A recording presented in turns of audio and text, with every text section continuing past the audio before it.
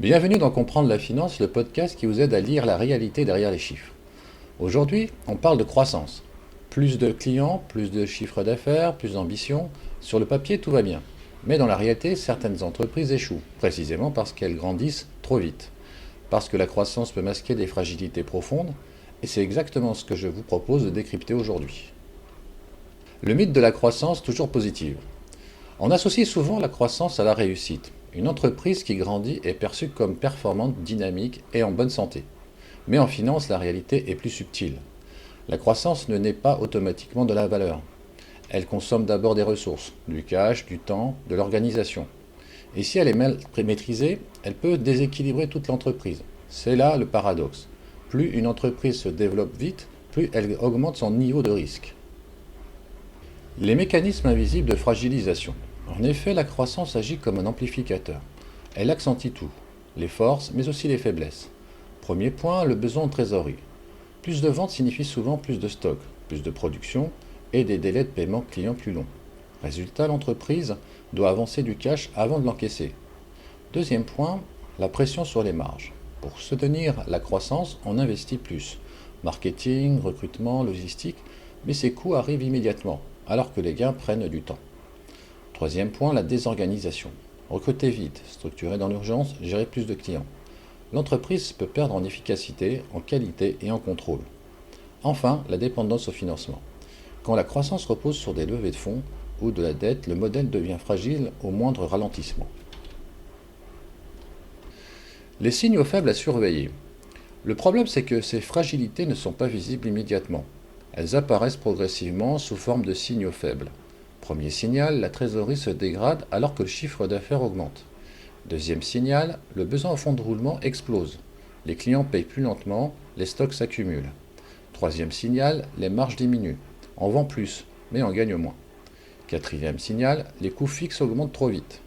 Cinquième signal, les tensions internes. Turnover, désorganisation, perte de visibilité.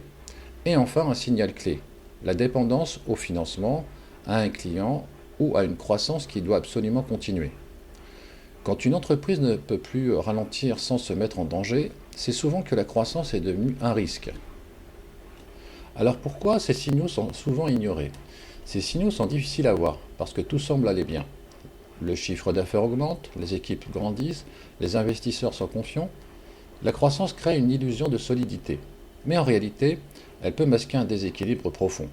Une rentabilité insuffisante, une trésorerie fragile, une structure trop lourde, et surtout, un modèle qui n'est viable qu'à condition de continuer à croître. Un cas très révélateur, c'est celui de WeWork. Pendant des années, l'entreprise est présentée comme une success story. Une croissance fulgurante, une expansion mondiale, une valorisation qui dépasse 40 milliards de dollars. Mais derrière cette croissance, plusieurs signaux faibles apparaissent. D'abord, un modèle économique fragile. WeWork loue des bureaux à long terme et les sous-loue à court terme. Ensuite, une rentabilité inexistante.